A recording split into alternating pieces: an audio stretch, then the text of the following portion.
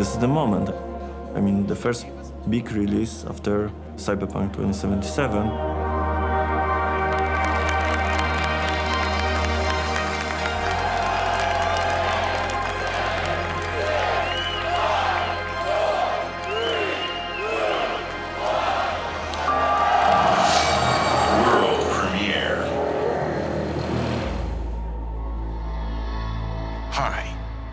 I'm very excited to be returning as Johnny Silverhand in the upcoming expansion for Cyberpunk 2077, Phantom Liberty.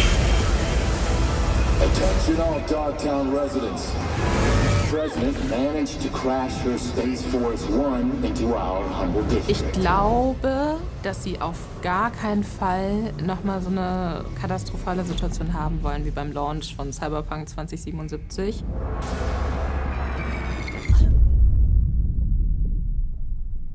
Der Release von Cyberpunk 2077 ist auf jeden Fall in die Geschichte der Videospiel-Release eingegangen, weil meiner Meinung nach gab es noch nie so einen krassen Unterschied zwischen der Versprechung und der Realität. Das Narrativ war, dieses Spiel wird alle anderen Videospiele in den Schatten stellen. Please welcome Keanu Reeves. Cyberpunk is really going to be breathtaking. The expectations were super high.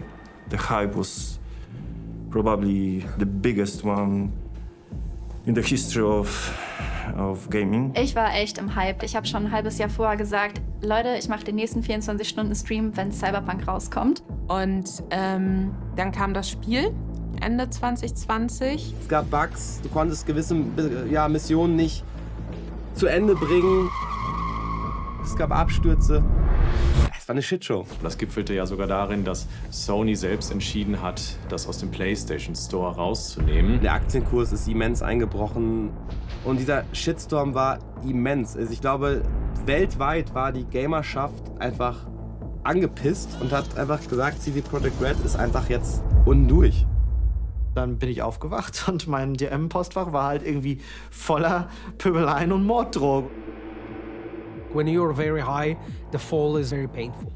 For me, the Phantom Liberty is this final word that we can say and we can show basically what we wanted to do. What we actually really wanted the players to feel, what we wanted to give them, what the game was supposed to be. From the distance you can see how stressful and unhealthy it could be for your body, for your family, for your relations. And yeah, it's a tough story.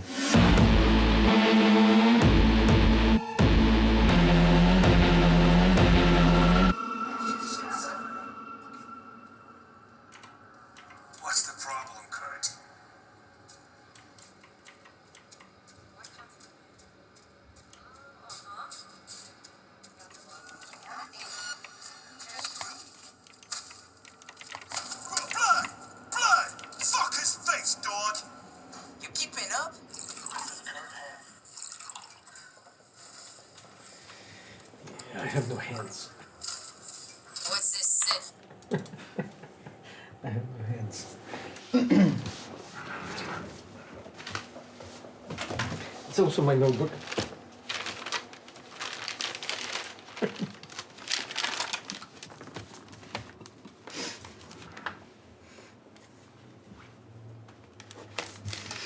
I started it when we started Cyberpunk, so that note was about like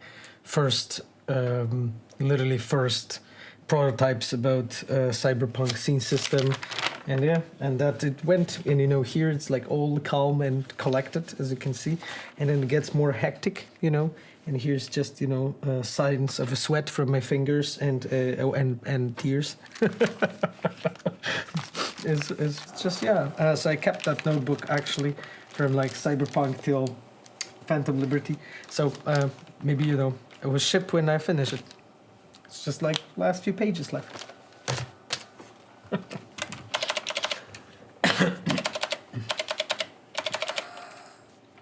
I should have like hands now. We'll see.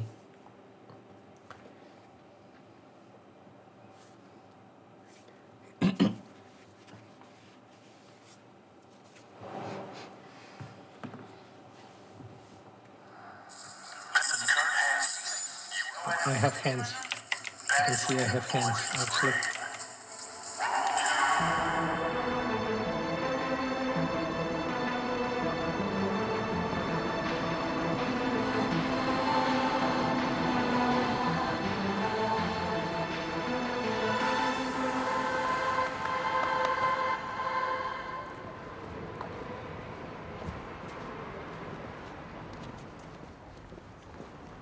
After the release, I was actively looking for work. I had some interviews. I was really, thinking of leaving.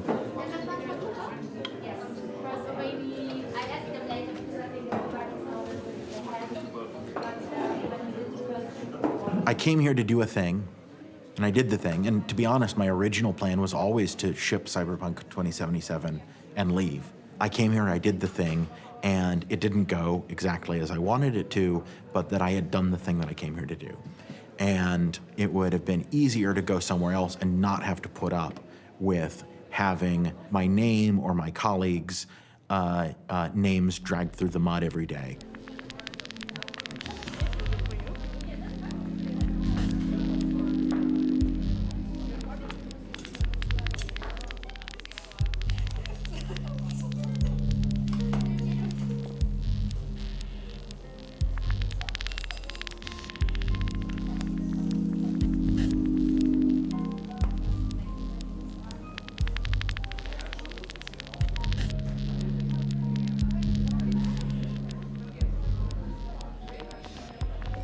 I look around at these cats, and most of these cats are special breeds. And these are animals who've had their genetics fucked with by people for purely aesthetic purposes. And I'm guilty of this. I own a purebred cat. And this is a cyberpunk element, but this is something that we've been doing our entire, the entire time that our species has existed, is adapting our environment to suit ourselves, and sometimes maladapting our environment that becomes ill-suited for us, as we're, experiencing now. These cats make me think of Cyberpunk because look at them. They're super fucked up, but they're adorable, and you love them more. I don't know, just these little fuckers. These little fuckers, I love them. I love them.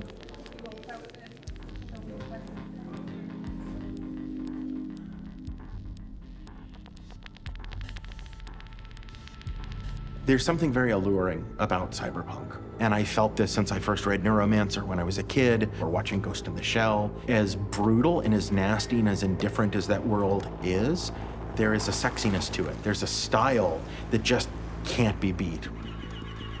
I like the fact that the cyberpunk genre can take one of my favorite fictional genres, hard-boiled and noir, and blend them with a sci-fi headiness, but it's gonna be about the nature of consciousness, or what does it mean to be a human? Das Cyberpunk-Genre ist ja an sich ein wahnsinnig faszinierendes Genre, weil es ja sich um so existenzielle Fragen dreht. Wo beginnt der Mensch, wo beginnt die Maschine, wenn beides irgendwie anfängt zu verschmelzen, plus diese dystopischen Welten, wie wir sie aus Blade Runner kennen, die beherrscht werden von Megakonzernen, während die Reichen in ihren Wolkenkratzern tanzen und die Armen sich irgendwie auf den Straßen ihr Leben zusammenkratzen. Ich bin auf jeden Fall ein riesengroßer Fan vom Cyberpunk-Genre, weil das für mich so die Art von verstörender Zukunftsdystopie ist, die sich gar nicht mehr so weit entfernt anfühlt, irgendwie mit diesem riesige, kaputte Großstädte und alles ist irgendwie technologisch und gleichzeitig gibt es eine unfassbare Schere zwischen Arm und Reich und dieser technologische Fortschritt nützt eigentlich nur den Reichen. Das finde ich leider sehr realistisch und fühlt sich an, als würde es kurz vor der Tür stehen. Also an sich ein sehr politisches und sehr, sehr spannendes Setting, was im Gaming aber bis Cyberpunk 2077 fast keine Rolle gespielt hat. Start now.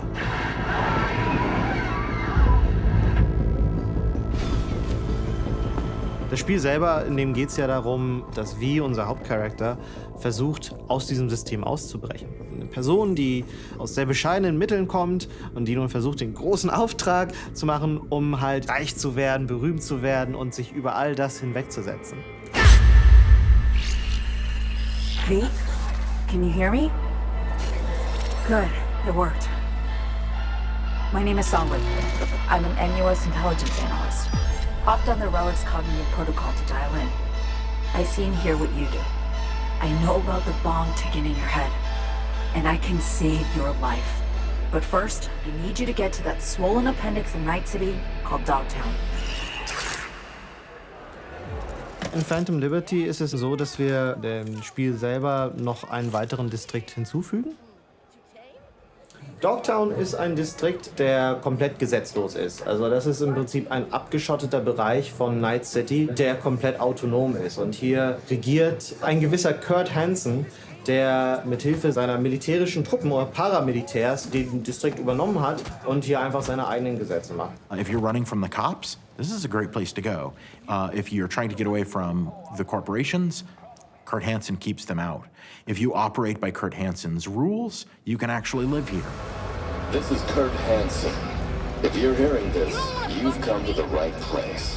NCPD, gang wars, not in Dogtown. Taxes, who the fuck needs them? In Dogtown, I keep your business safe, as long as you abide by my rules.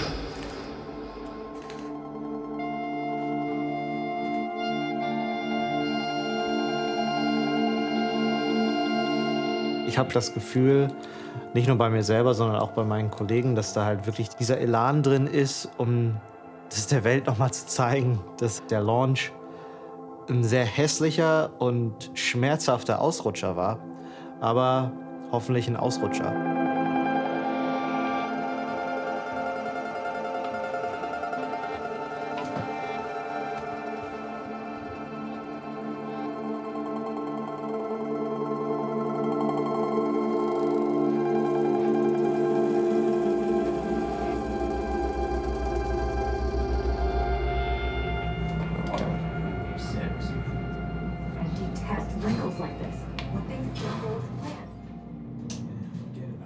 Ja, also für uns ist zum Beispiel ganz wichtig, dass wir halt so, das nennen wir intern Visual Language, dass wir so eine visuelle Sprache halt etablieren, mit der wir halt mit den Spielern kommunizieren können, ohne dass die das so wirklich merken, ohne dass wir Worte benutzen. Ja, für uns ist in dem Spiel eine ganz starke Signalfarbe gelb und hier ist es eben der Gedanke, als Spieler erfährt man, hey, der Fahrstuhl ist kaputt und dieses super gelbe Kabel hier wird halt jetzt, wenn man es so ein bisschen erklärt, natürlich super offensichtlich, aber führt dann entsprechend zur Lösung.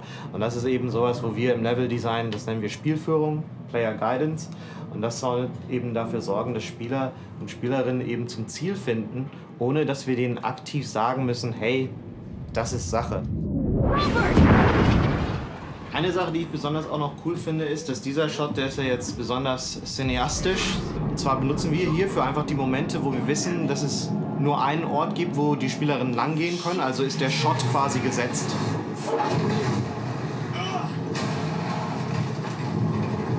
Und entsprechend auch in Situationen wie diesen, wo halt die Spielerinnen keine Kontrolle über die Kamera haben, können wir dann eben dafür sorgen, dass die Shots sehr filmisch hochwertig auch dargestellt sind.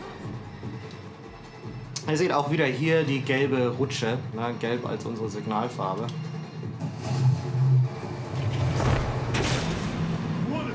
Und ebenso ist auch dieser Shot jetzt. Jetzt habe ich wieder Kontrolle über die Kamera. Der ist natürlich sehr vorsichtig aufgesetzt als Establishing Shot für das neue Areal, dass die Spielerinnen sofort sehen, okay, hier ist es anders, hier ist es cool, hier ist es fancy, dieser Distrikt unterscheidet sich visuell von den anderen Distrikten und gleichzeitig ist aber die Komposition auch so angesetzt, mit dem Hell-Dunkel- und Farbkontrasten, die wir haben, dass eben suggeriert wird, dass die Spielerinnen hier lang gehen sollen. Vom Umfang selber glaube ich, dass das tatsächlich mit einer der größten Erweiterungen ist, wenn nicht sogar die größte, die wir je gemacht haben.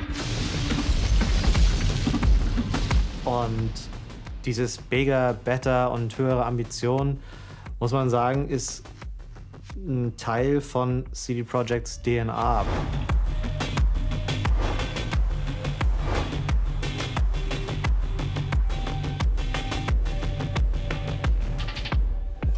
Wir haben in den USA ein Activision Blizzard, wir haben ein Electronic Arts, wir haben in Europa Ubisoft und so. Das sind große, prominente Firmen, die halt in der allerersten Liga dieser Spieleentwicklung mitspielen. Und CD Projekts Ambitionen waren immer zu sagen, da wollen wir hin. At the beginning, we were young and we were not very experienced. So we thought that Our goal is to become an international company. So our ambitions were big because we knew nothing. This lack of knowledge at the beginnings gave us superpowers to move forward.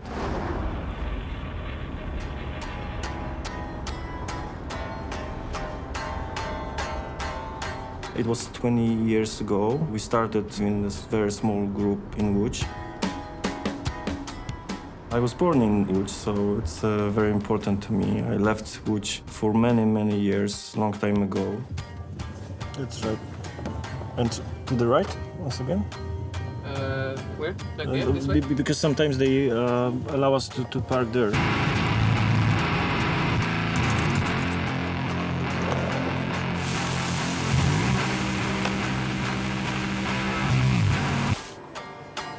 It was inspired me because Łódź was always full of art and pop culture events, full of them.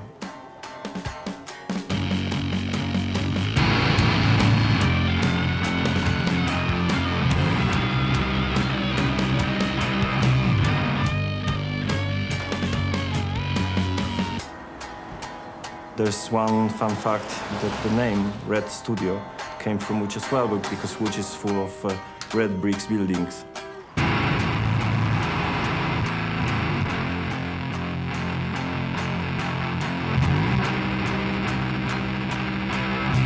Michał Kiciński, Marcin Niwiński, they had an idea, very good one, to create an RPG game based on Andrzej Sapkowski's books in The Witcher.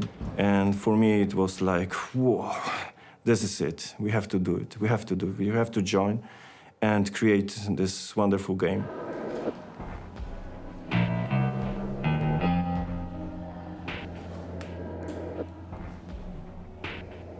There's an exhibition, a special path, how to make games, and it's Witcher-oriented.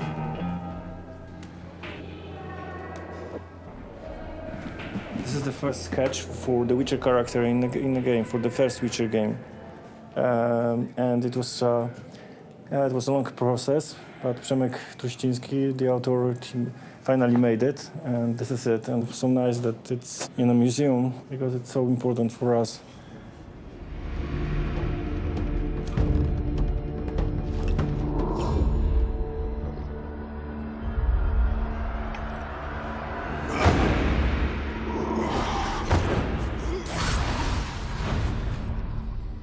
I love the books, the Witcher books. Like in Poland, at least in my times, it was like this, that basically around like high school, maybe a bit earlier, everyone was reading those books. Everyone.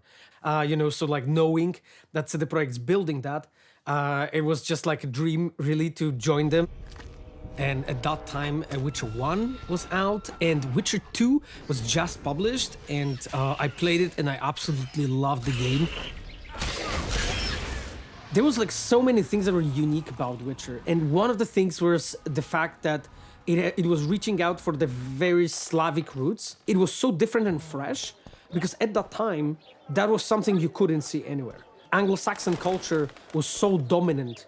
So that was like intriguing, reaching out for like what made us unique and sort of like turning it into something very attractive. And I was like, oh God, I really want to work on this. I really want to work on the next one because I knew they will be doing the Witcher 3, the next game. Where the quest takes place?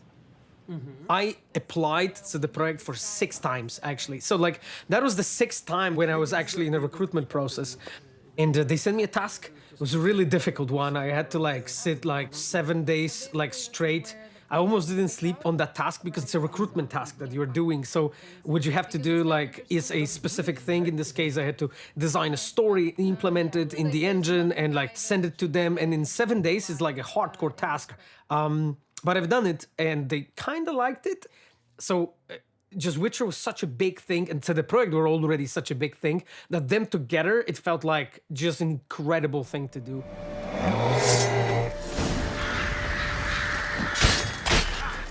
Spätestens zu Witcher 3 ist die Relevanz von CD Projekt einfach immens in die Höhe gestiegen. Denn das Spiel hatte eine unglaublich glaubwürdige Welt. An Open-World-Games haben die Messlatte ganz nach oben gepackt. nach The Witcher 3 ist CD Projekt einfach explodiert. Plötzlich war dieses Studio auch international für alle, die Rollenspiele lieben oder die überhaupt Gaming lieben, auf der Landkarte. Spätestens nachdem Witcher rausgekommen ist, haben so viele Leute natürlich nicht nur dieses Spiel geliebt, sondern haben auch gewertschätzt, wer dieses Spiel entwickelt hat. It was a level of being like a rock star of a Rage Against the Machine frontmans. You know, it was just as being a star of such a magnitude that literally everyone knew who you were, where you work. Like it was just so highly regarded. Look!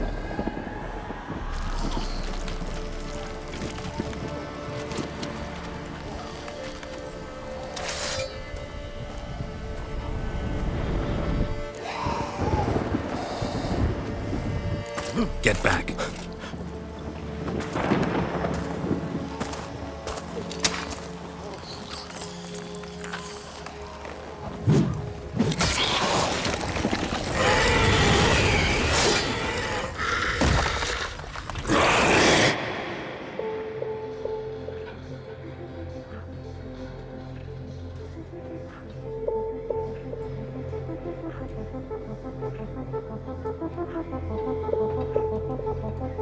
From the childhood, I was super amazed with the computer games, so I was spending tons of time, but the difference was that I was always trying to understand how does it work. So I spend mostly twice much time than a usual player, looking for some details, exploring, licking the walls and trying to understand, okay, it's amazing, but where's the magic? Dzisiejsza nazwa już... Nie widzę, bo nie jest po...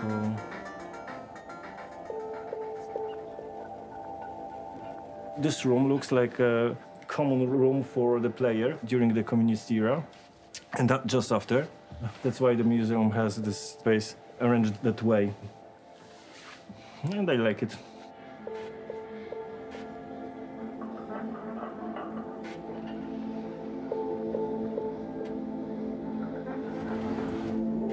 Cassettes.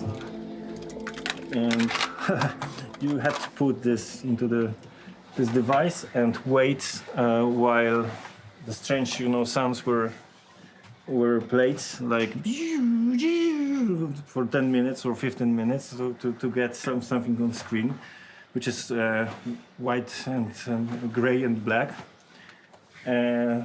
But all the universes on the screen were so, addictive that we spent whole days playing those games all over again.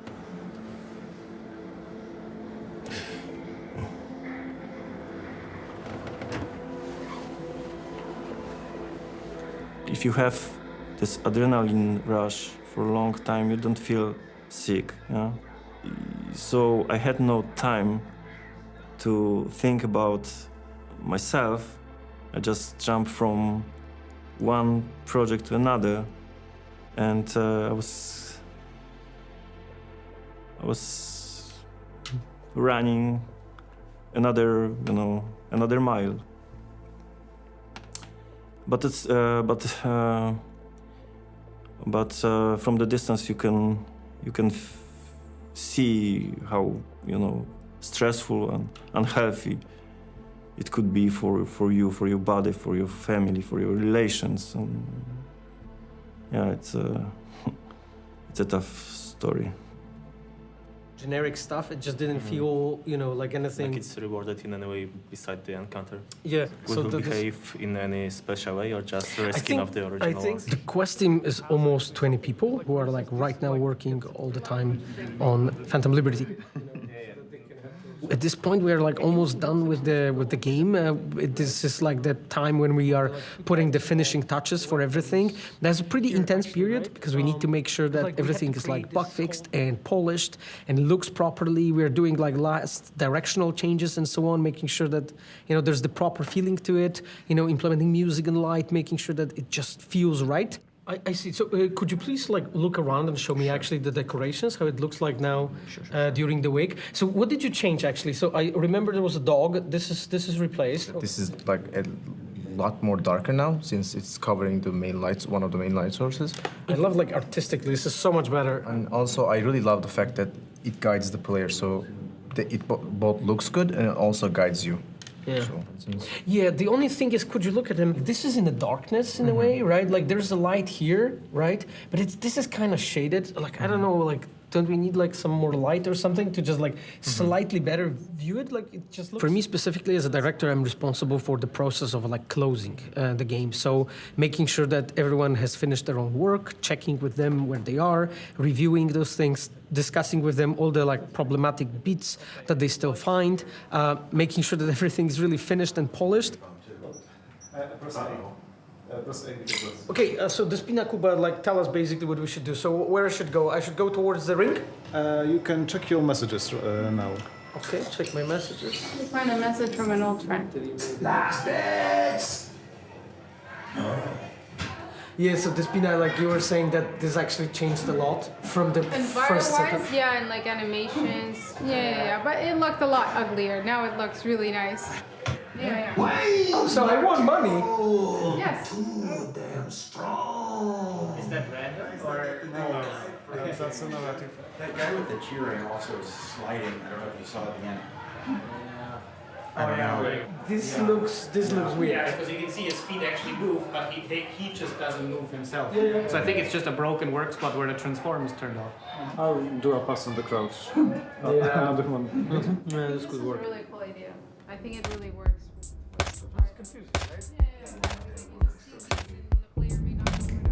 There was no bigger release since the release of Cyberpunk, and this is the first one. So it really needs to be good. It really needs to be solid. It really needs to be bulletproof, honestly. And we are doing everything we absolutely can to make sure the whole team is actually very, very much aware that that's the case, that we cannot screw it up.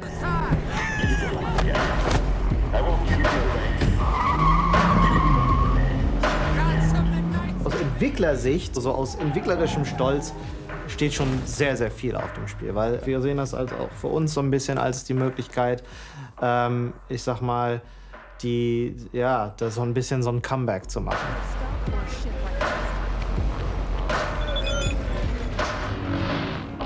Night Cities Combat Zone, beziehungsweise Dogtown, wie wir es in dem Spiel nennen, hat auch viele Elemente dann zum Beispiel von Las Vegas, wo alles ein bisschen bigger than life ist, wo alles größer, fetter und krasser sein muss, wo dann all die großen Corporations oder so angefangen haben, wahnsinnige und fantastische Hotelanlagen aufzubauen, riesige Einkaufszentren, um irgendwie dem Tourismus da gerecht zu werden. Und aufgrund von verschiedenen Situationen in der Welt, politisch, aber auch klimabedingt, ist es halt dazu gekommen, dass dieser Distrikt super verfallen ist.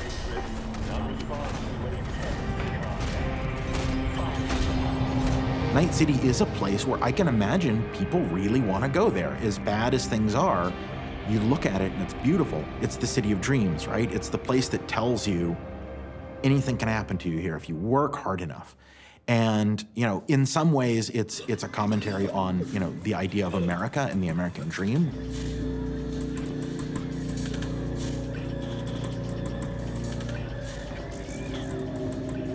The ability for a poor person to become a rich person is sort of the founding myth of the city but all myths have a grain of truth, right? To quote Sapkowski, the fact that that is allowed to happen is the thing that deludes everybody into thinking that it could happen. Why would I contemplate changing the system? Because this system is how I'm going to be a billionaire. So yeah, it's definitely possible. That's the release valve on the whole system is, yeah, you let some people do that, and the system is built that way.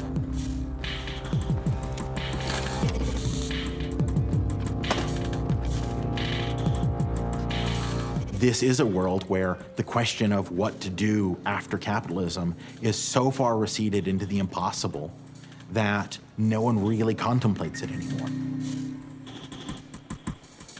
Can the people of Night City ever rebel? Can there ever be a revolution in the cyberpunk world? Yes, if it were a real place, but it's not a real place. it's an IP. This is M54 News broadcasting with a breaking story for you. A conference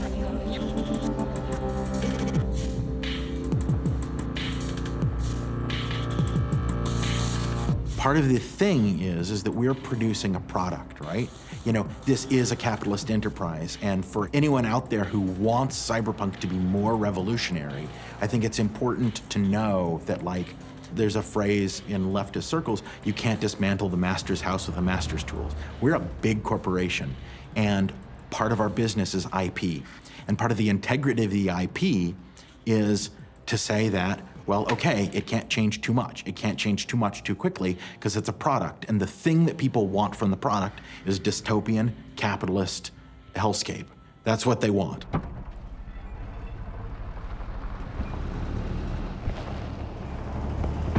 Before we go, apologies for the precautions. I only ever risk so much. Sometimes it's just safer to shove the barrel of a Malorian between a Troon's ribs, even if he is on your side. It's nothing personal.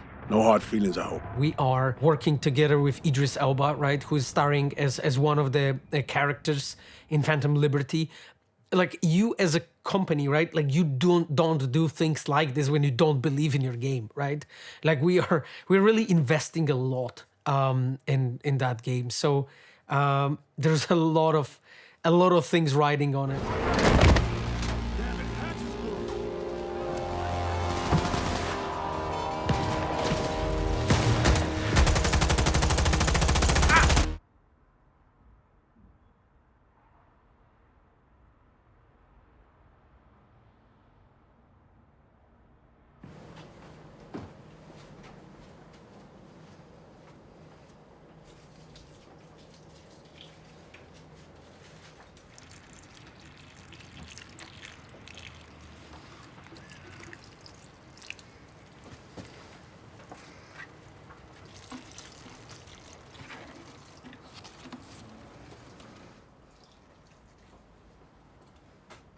For me, satisfying for me, when I managed to get it from that point of really like having an idea and like bringing it up home and making it look really good, you know, from like zero to something really beautiful. Like, this garden here didn't exist, right, at all, completely. There was just a balcony, right, and the developer didn't know what to do with this place. And when I bought it, I had this idea, okay, maybe I'll do this here. And, you know, like, not everything worked out that I managed to do, that I wanted to do, but it's really, really close. You know, it's close enough that I think, like, you know, it's already okay. You know, but yeah, I've been perfectionist all my life, and I struggle with that all the time, honestly.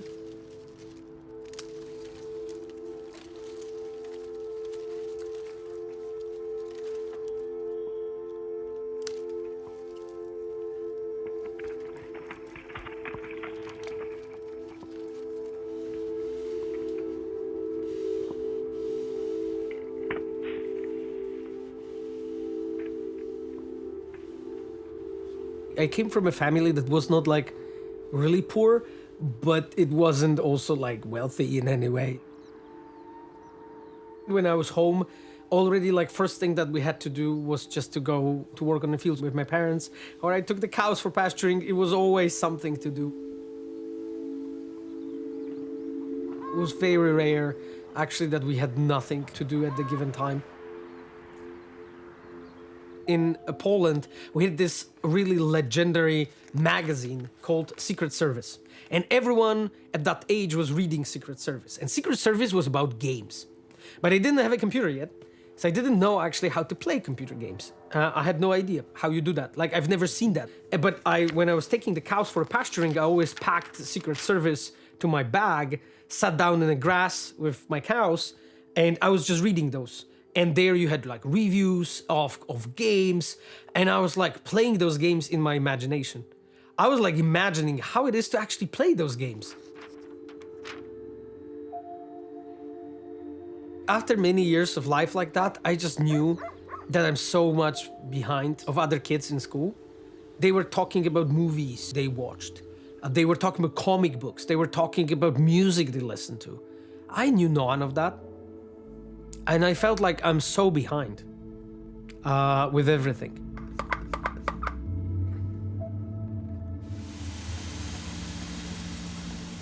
And when I was like, I think maybe like 17, 18, I started thinking about like school, okay, where I can do. And then I started dreaming about going to Warsaw to study in Warsaw University. Because like for me, it was like, yeah, I want to go to big city where I will actually have all that culture, you know, the books, the movies, the music around me. And I couldn't have it in my village.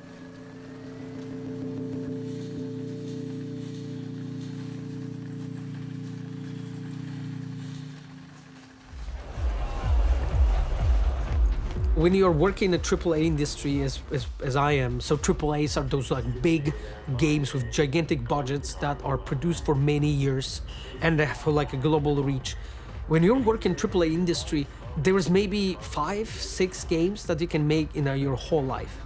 Because each of them takes 5, 6, 7 years, sometimes even 10 years to build, right? So every single time, it takes a long time to really get to the point that you can like put that game there. Come touch me like I'm an ordinary man. Have a look in my eyes. Underneath my skin there is a violence. It's got a gun in its hands. Ready to make. Ich habe Anfang 2013 diesen ersten Teaser gesehen, also quasi diese Ankündigung von CD Projekt Red, hey, wir arbeiten jetzt an einem Cyberpunk-Spiel. Und ich weiß noch, dass ich unfassbare Gänsehaut hatte. Spätestens 2015, da wurde über Cyberpunk geredet und alle hatten Bock drauf. Und weil man auch CD Projekt Red eben vertraut hat, weil sie mit The Witcher einfach ein unheimlich gutes Spiel abgeliefert haben. Also hat man als Gamer gedacht oder auch als Mensch aus der Games-Branche an sich, ne? Und das wird der Wahnsinn, das wird richtig geil, das wird das Spiel des Jahrzehnts. In 2077, they voted my city the worst place to live in America. Main issues, sky-high rate of violence, and more people living below the poverty line than anywhere else. Es waren in Trailern, ganz am Anfang war so eine Hochbahn oder U-Bahn zu sehen, in der ein Charakter gefahren ist. Ja, natürlich wollen die Leute dann wissen, kann ich mit der U-Bahn fahren? Wohin kann ich mit dieser U-Bahn fahren? Und so haben sich diese Erwartungen an Cyberpunk 2077 auf Basis des Gezeigten immer weiter aufgeblasen. Es gab von dem Spiel ja schon alles, bevor es das Spiel gab. Es gab Jacken, es gab irgendwelche Figuren, die du bekommen hast und so. Die wurde ja wirklich toll der Bauch gepinselt. Today is the day the Cyberpunk 2077 chair from Secret Club arrived. I could get my hands on one. I got it. Look. Ich glaube, spätestens wenn man Keanu Reeves als Johnny Silverhand sieht, dann hat es einen auf jeden Fall gecatcht. Aktienkurse sind gestiegen ohne Ende und alle hatten einfach Bock auf dieses Spiel. Da war einfach eine unfassbare Spannung drin und jedes Informationshäppchen, was es zu diesem Spiel gibt, das war voll das Ding. So ein bisschen hatte man auch das Gefühl, dass CD Projekt Red vielleicht sogar Freunde von einem sind, die ein Spiel für einen gestalten. Die sind total auf unserer Seite. Die sind immer auf der Seite der Spielerinnen und Spieler. Das ist nicht einfach irgendein Konzern, der am Ende des Tages auch Geld verdienen muss oder der auch bestimmten wirtschaftlichen Zwängen unterworfen ist. Dass sie eben nicht die Leute, die Fans sind, abziehen wollen mit Ingame-Käufen oder was auch immer, sondern dass sie sich einfach kümmern. Ich glaube, deswegen war auch das Marketing so gut, weil es so community-nah war. Man hat regelmäßige Updates gebracht und dann kamen diese sogenannten Yellow-Postings immer wieder auf Twitter, wo sie dann das Spiel verschoben haben.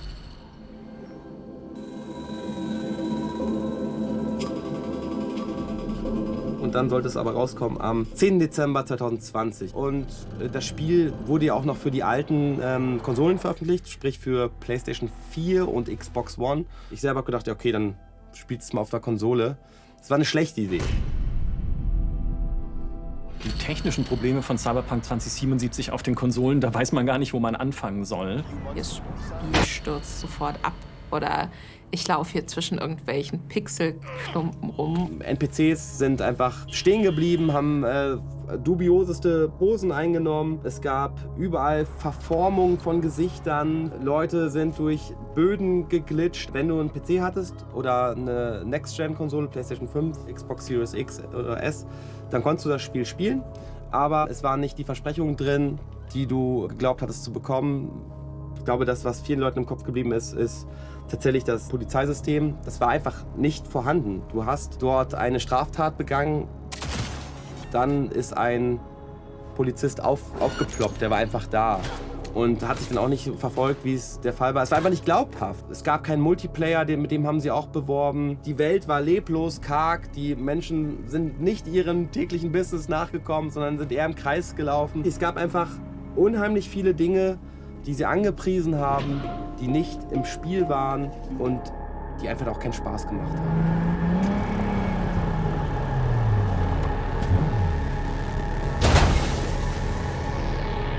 Ganz ehrlich gesprochen, du hast dich verarscht gefühlt. Es schwebte so ein kleiner Geruch von fast sogar Betrug im Raum, weil dieses Spiel einfach nicht funktioniert hat. Dann fragt man sich natürlich auch, wussten die, dass das nicht gut läuft, aber haben sie es einfach behauptet in der Hoffnung, dass sie es noch hinkriegen? Und das ging ja sogar so weit, dass selbst Sony dann gesagt hat, ey, wir nehmen das Spiel erstmal aus dem Shop raus, was, glaube ich, bis dato noch nie vorgekommen ist. Gerade bei so einem AAA-Spiel. Wir sprechen ja wirklich von dem meist erwarteten Spiel des Jahres. So, alle wollten dieses Spiel spielen. Das war wirklich ein großes Fiasko und das hat es in diesem Maße noch nie gegeben. Ich meine, der Aktienkurs ist immens eingebrochen.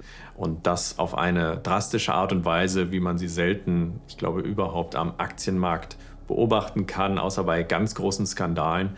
Und daraufhin folgte dann natürlich auch die Klage von diversen Investoren. Tja, wie konnte das passieren?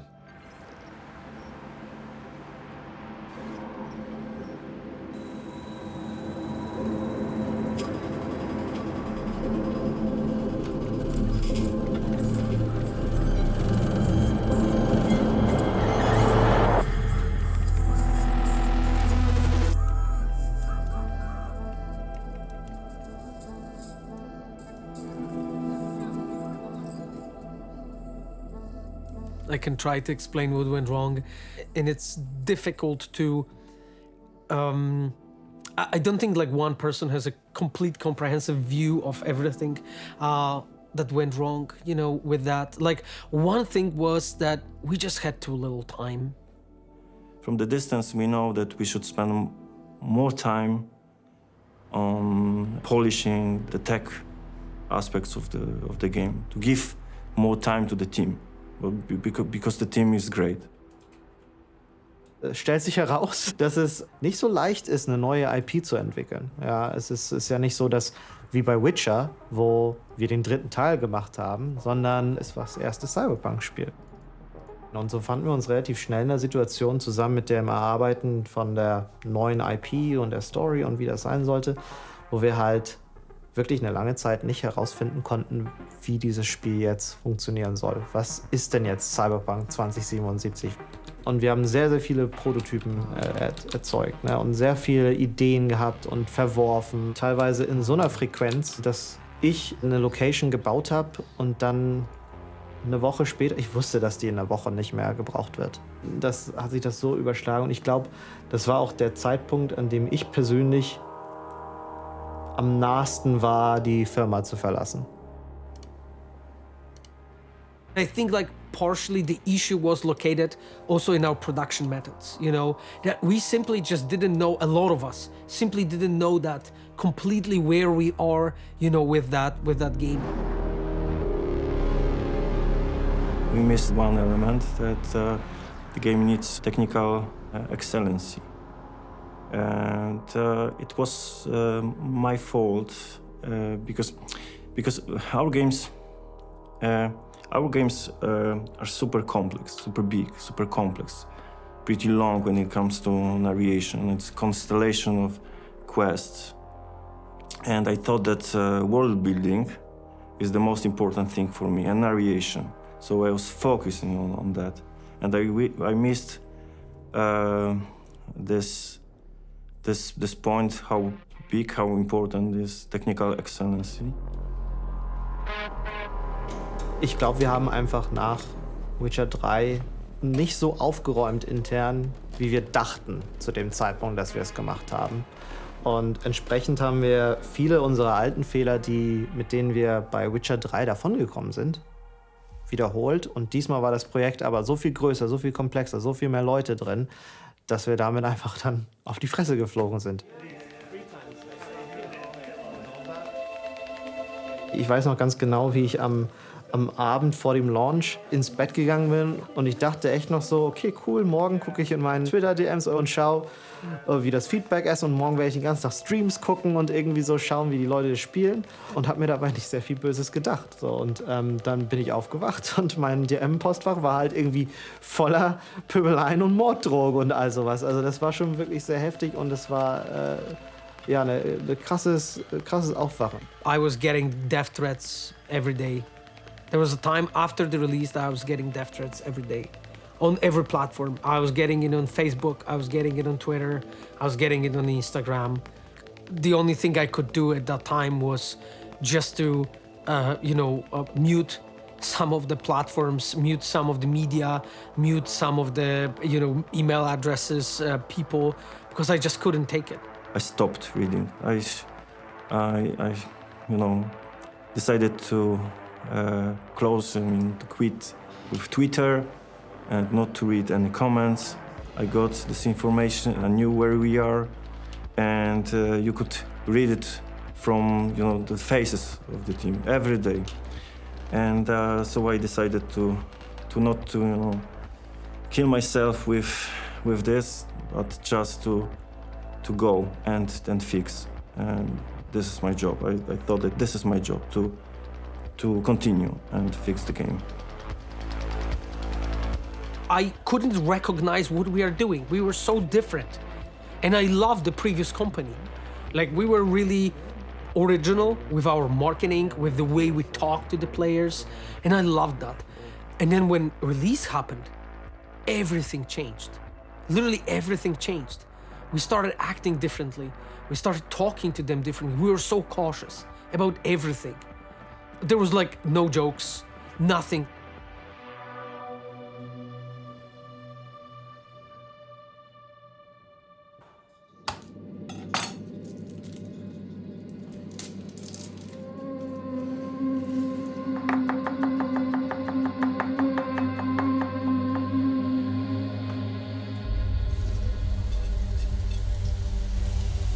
Ich glaube, das Werkeln da ist halt das, was meinen Geist dann wirklich beschäftigt, auch im Nachhinein. Und wenn man dann komplett weg ist mal und einfach sich auf so eine Sache konzentrieren kann, der für mich so ein bisschen so eine reinigende Wirkung hat.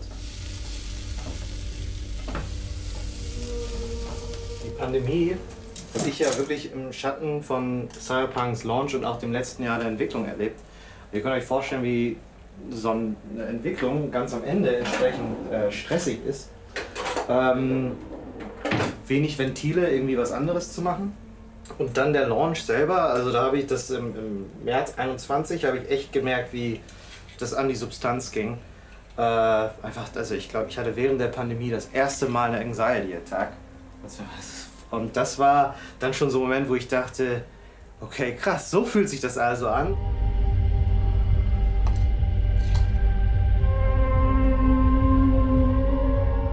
Ich wohne jetzt hier seit 2010, bin dann 2013 nach Warschau gezogen, hatte aber die Wohnung hier dann weiter noch und bin dann jetzt seit 2020 wieder quasi Vollzeit hier. Zunächst nur wegen der Pandemie und dann aber seit 2021 dann offiziell, dass ich dann von hier aus arbeite.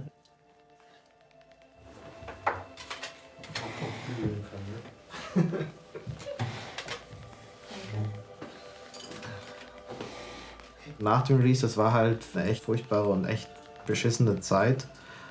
Und ich glaube in dem Sinne schon, dass mir halt dann der Aufenthalt in Berlin da gut getan hat.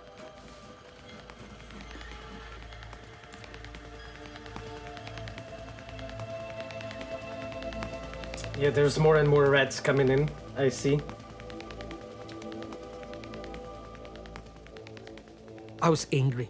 I was so angry on what happened, because it was 5 years of my life.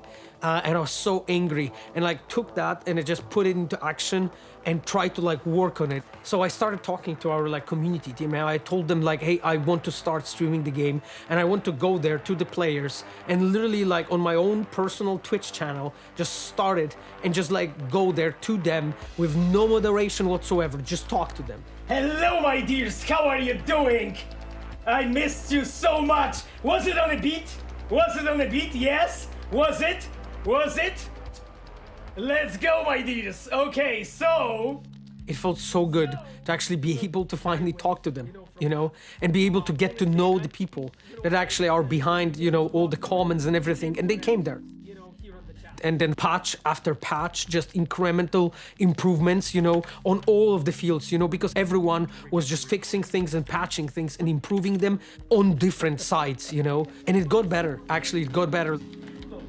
Pablo, I was expecting this question.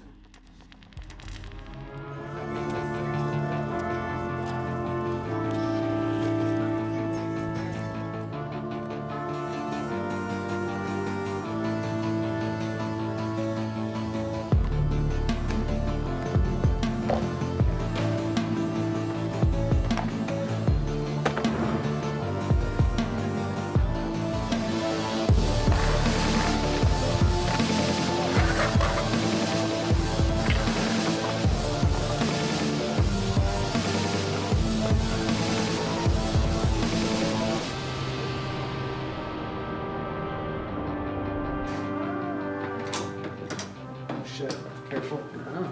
Lovely. Great looking place. Nice to see you. Should I leave my shoes off? This here. Yeah. Okay. We are showing to the journalists for the first time Phantom Liberty, the expansion for Cyberpunk 2077 that we've been working on for quite some time. So we have journalists coming from all over the world, really stars, really influential people that will be going to showing our game. They will play our game, and then they will afterwards have an interviews with us as well. So because of that, it's kind of scary and stressful. We should hide all of those things, right? Yeah, but the guys, they live here, so, but yeah, we'll hide it. I think everything will be fine. We just need to like clean up this place a bit, you know, so it looks more presentable.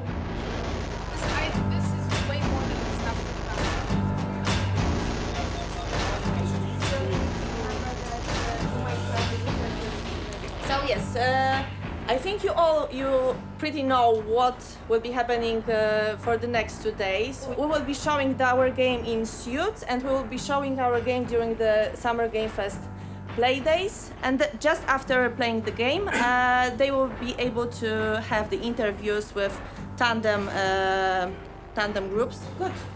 Awesome. Okay, so now... Yeah, let's go there. So now we can go to the suits, right? Is there some way we can... No, dobra, dzięki. Ja wiem, że to ogarniesz, tylko po prostu wiesz. Co tam, Adamie? Jak odpaliliśmy builda... Słyszałem, pisał Gabe, no. To za każdym razem, wiesz, pop-upują na samym początku... Widziałem, za rękami. Czy jak samo było w Warszawie, czy... Nie.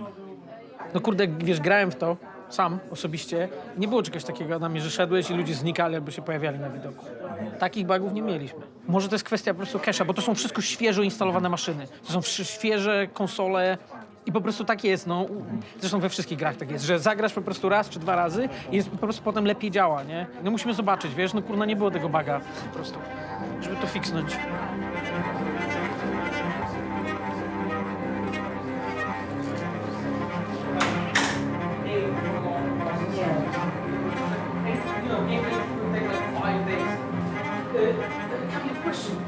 We don't have the long demo saves, right? This is all short demo. Yeah, I need to load them. Okay, that's fine. Let's just continue then. We don't know what the issue is. I assume that the issue is caching the appearances. Yes. So we just need a shit ton of NPCs. So, because that's the best we can do. Like, this is the biggest stress test we can do on the save.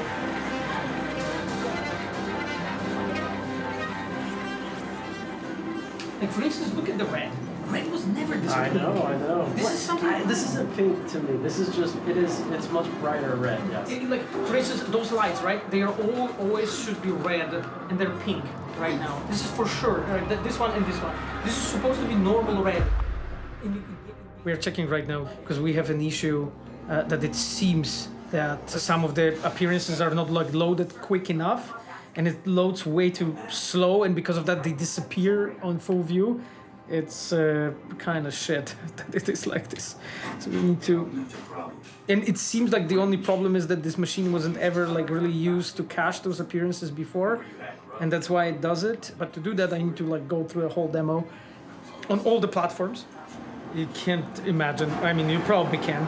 How many iterations it took to get there, to get to this point. I can imagine. Exactly. That was. It's not that easy to notice unless you're like, I hope that doesn't happen. Wow. Yeah, it crashed. Yeah. It kind of got messed up.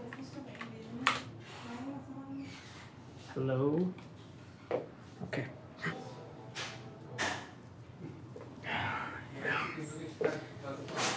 Yeah, it hard crash on actually pulling the brakes.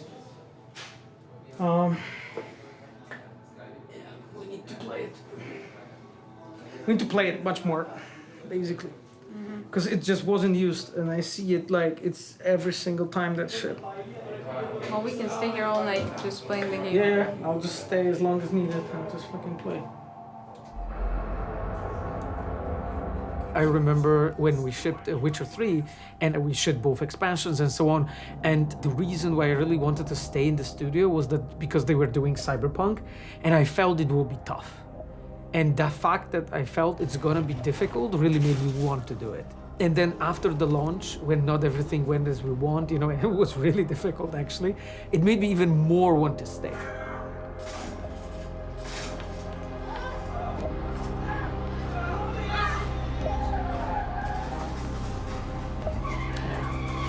I mean, you know, Cyberpunk, you know, had such a troubled launch.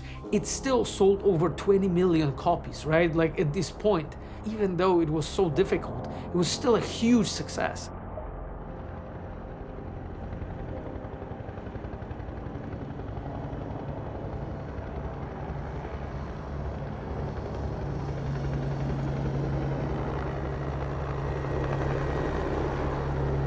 Ich glaube, am ersten Tag des Releases war dieses Geld schon wieder eingespielt.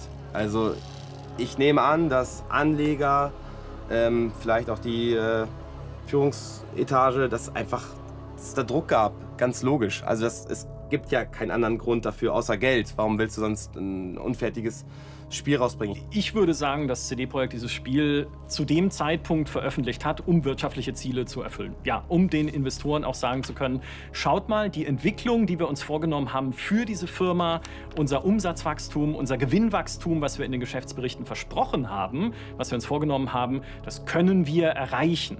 Und das Jahr 2020 war dafür elementar wichtig, weil das einfach das Jahr war, in dem sie gesagt haben, hier kommt Cyberpunk 2077, unser neues großes Spiel. Also sie hätten sich's gar nicht leisten können, zumindest aus ihrer damaligen Sicht, zu sagen, nee, das verschieben wir aufs nächste Jahr oder das kommt in 2 Jahren. We never released the game because of the investors. It's an additional pressure from the outside, but it doesn't work that way. Money allows us to create games. It was always like that. It wasn't the first goal at all. We are proud that we are safe financially, but everything is for the next project. And it's not bullshit. This is how it works into the project. Was dann natürlich hohe Wellen geschlagen hat, war die Ankündigung kurz vor Release, dass auch das Studio offiziell gesagt hat, ab jetzt müssen wir 6-Tage-Wochen anordnen, damit dieses Spiel ordentlich fertig wird. Und darauf Bezug nehmen gab es ja dann auch später so Enthüllungsposts mit anonymen Quellen, die dann halt das Ganze nochmal bestätigt haben und die auch nochmal gesagt haben, ne, Crunch wird halt hier hingenommen und das ist halt hier scheinbar Teil der Unternehmenskultur. There are controversies about the definition of crunch, because here we had over hours, so we were paying a lot of money for those extra hours. Crunch is when you force people to work and you don't pay extra money. I don't want to say that it's okay. Crunch ist, dem Spiel gehört mein Leben. Ja, und ich stelle alles in meinem Leben hinten an und das nicht eine Woche lang oder 2 Wochen lang, sondern im Extremfall monatelang oder noch schlimmer sogar ein Jahr oder sowas. Also es ist quasi Überstunden hoch 10. Und wenn du jetzt aber ein Team hast, das halt sagt, wir wollen aber trotzdem, dass die Qualität des Spiels nicht nur eine 7 ist oder eine 8 in der Wertung, sondern halt wir zielen auf die 9+, dann hat man ein Problem. Weil auf einmal hast du halt eine riesige Menge an Leuten, die irgendwie das besser wollen. Du hast einen Zeitplan, der komplett kaputt ist. Und die Kombination sorgt halt dafür, dass du halt irgendwie in einer Situation landest, wo Crunch der einzige Ausweg ist.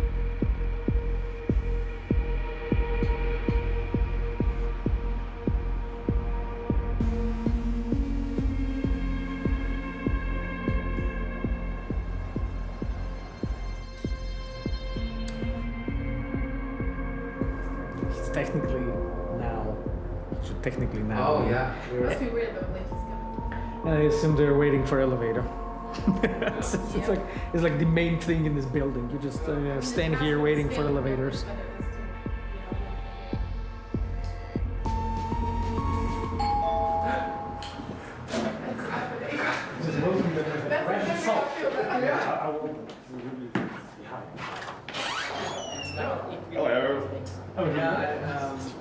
Should I not have branded material? Hello? No, it's fine. Hello? Hey, let's go. So nice to see Look you. at that. Come here. What are you doing? Stop. It's been many years. There's troublemakers It's been many everywhere. years. What is happening? Yeah. Put this over here.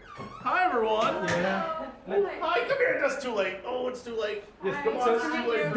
Despina is a quest designer in my team, so yes, we work together. Thank you. And Gosh is our event. Yeah, we know each other, like from Let's go. No, The windows are not that dangerous. dangerous. Windows are not that dangerous. So Yeah. what we have for you, we have 3 different builds. Okay. We have PC, Xbox, Series X, and we have PlayStation. So what would you like to play actually? Because all of them are available. On PC we have of course the path tracing version, but you can pick whatever you want. And we'll just stick to that. It doesn't matter. Whatever you want me to play on, I'll play. I mean, we just want to show that we have all the platforms. Okay, Jesse, so let me take a controller for you just for a second. I wanted to show you actually what saves we have for you, because like there's a lot of things that changed in the game. Okay. We'll like introduce you slowly through that. But we have 3 separate saves that will put you 1 hour into the story of Phantom Liberty. We want Okay. you to see you as much as we can. And we have 3 separate builds, as you can see. You have a Netrunner, the new Netrunner. You have the new Strong Solo and the new Fast Solo build. So, what bit would you like to go So with? much pressure right off the bat. No worries. I would play something where it's just you Fast beat the solo. crap out of everyone. Yeah. Fast Solo will be probably. Okay, if that's the case, then cool, my friend. Enjoy. Thanks.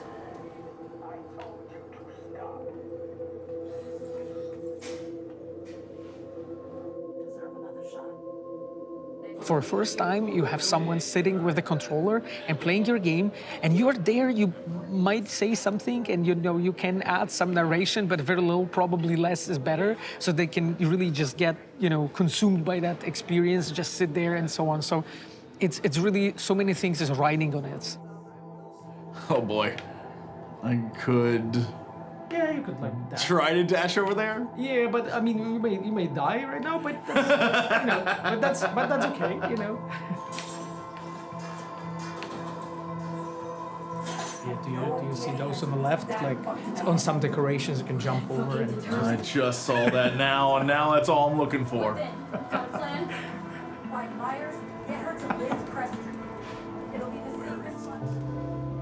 We need to check if we are able to deliver. So it's exciting. First reactions. Excellent. Hopefully enjoyable experience. Yeah, of course. Hey. Yeah. How do you like the game? Boy, I am really excited to play. Mostly because there are a lot of new changes. I try to see the most important elements and believe in what we should do or what we should change. I'm a Libra, so I wait for kind of an illumination inside of me, and I like to know for sure this is it. So we should go. That's alley. It can be better. It should be better.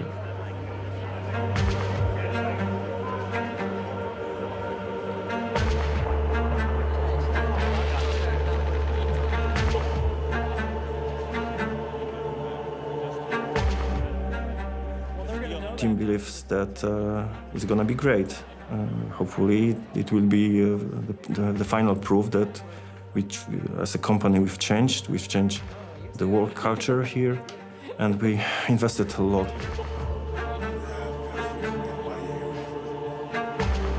I feel really cool right now, and not very nervous.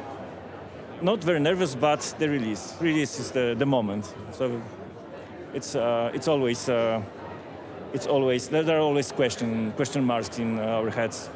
What if? We'll see.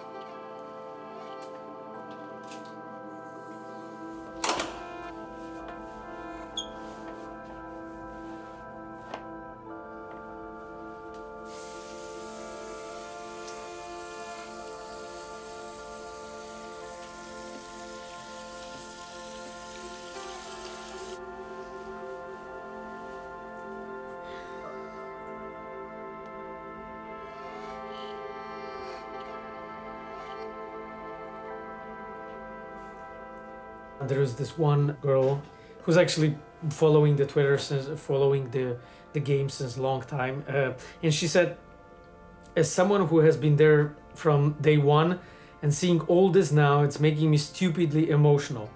Literally can't explain with words how much this means to me, and you guys keep on caring for it and delivering, eternally grateful. And then there is a crying face and 2 hearts.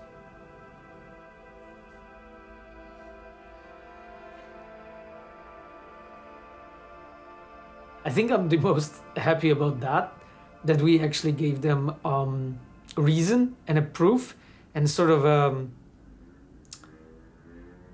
like in a way we confirmed that it made sense, you know, to really believe in us.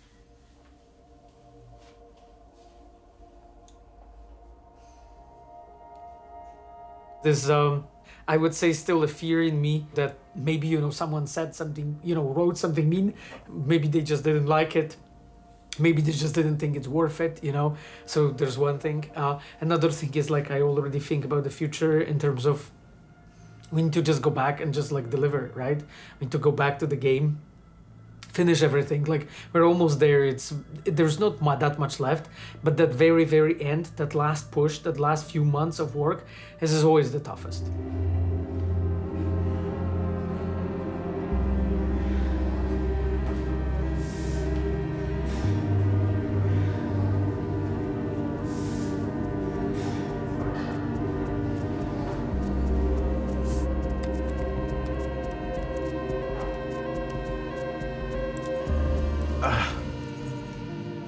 Not great, but I can't really comment much more than other than say that personally I don't feel super great about it. Like, it sucks, but I have to be careful what I say about that, so yeah.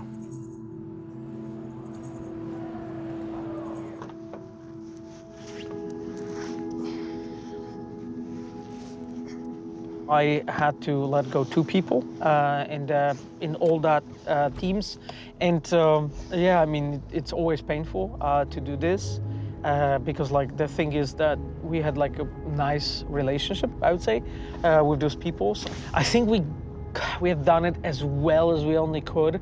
I don't know, like, I mean, in my history, I had to let go a couple of people. Always it was just basically because of performance reasons before, so I guess it's just also a bit clearer and easier, you know, to do those things. In this case, it's just always harder, you know.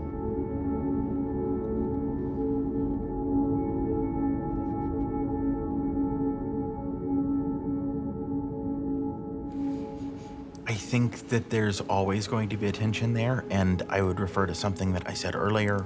Many of the people here want to do sort of anti-capitalist critique through Cyberpunk. We're not going to dismantle the master's house with the master's tools. And ultimately, you're right, we do work for a big corporation. We're putting out an entertainment product. And that tension and irony is certainly present in our minds all the time. ist halt echt scheiße. Ich glaube, früher war es dann auch teilweise so, dass wir halt aufgrund dieses Crunches und halt diesem Zeitdruck die Antwort einfach daran gesucht haben, Leute anzuheuern. Und im nächsten Schritt dann überlegt haben, okay, was machen wir denn jetzt als nächstes und haben wir Arbeit für die? Und leider ist es eben so, dass in einigen Bereichen wir da auch dann so eine Überbesetzung hatten.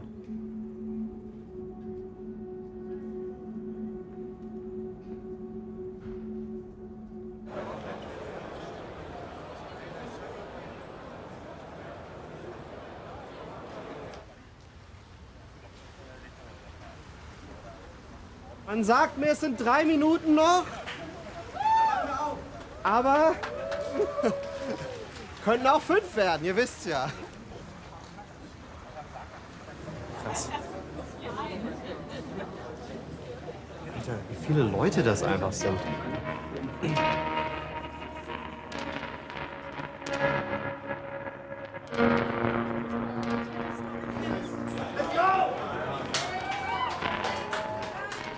Wir geben hier unser Community-Event. Dazu haben wir halt 350 Leute aus der Community eingeladen, die konnten sich dann bewerben und dann haben wir da die größten Fans sozusagen ausgesucht, dass die halt hier mit uns feiern.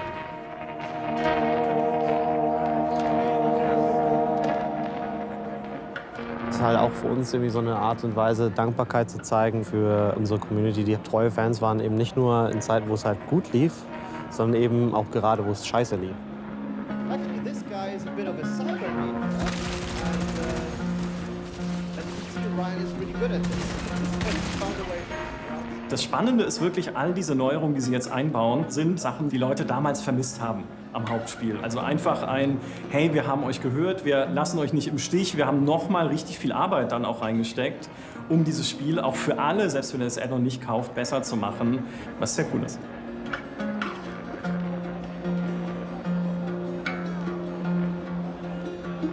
Ich glaube, mittlerweile ist es an einem Stand angekommen, wo man sagen kann, Cyberpunk ist jetzt das Spiel, was es zum Launch hätte sein sollen.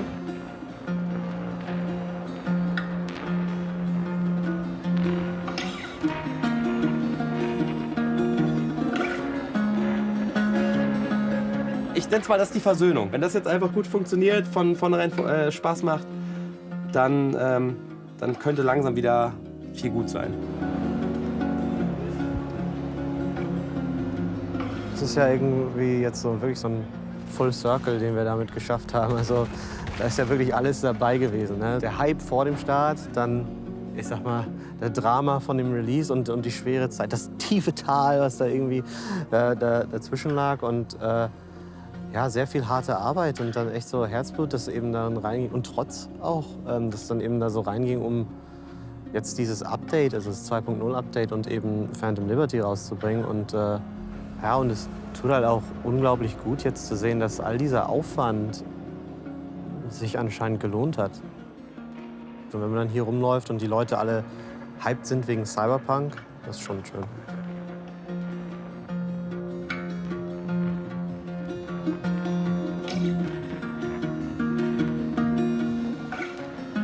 I've gotten more confident with my position in the company.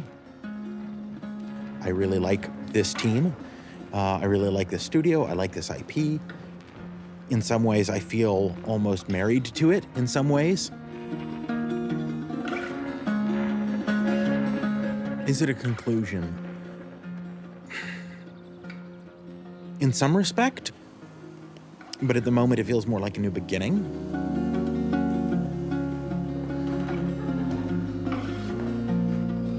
I have doubts all the time, to be honest.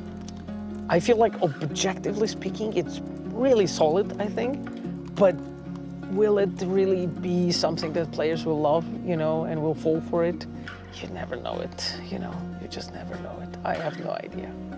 I need to work and just hope for the best, to be honest. I'll focus on what's in my power.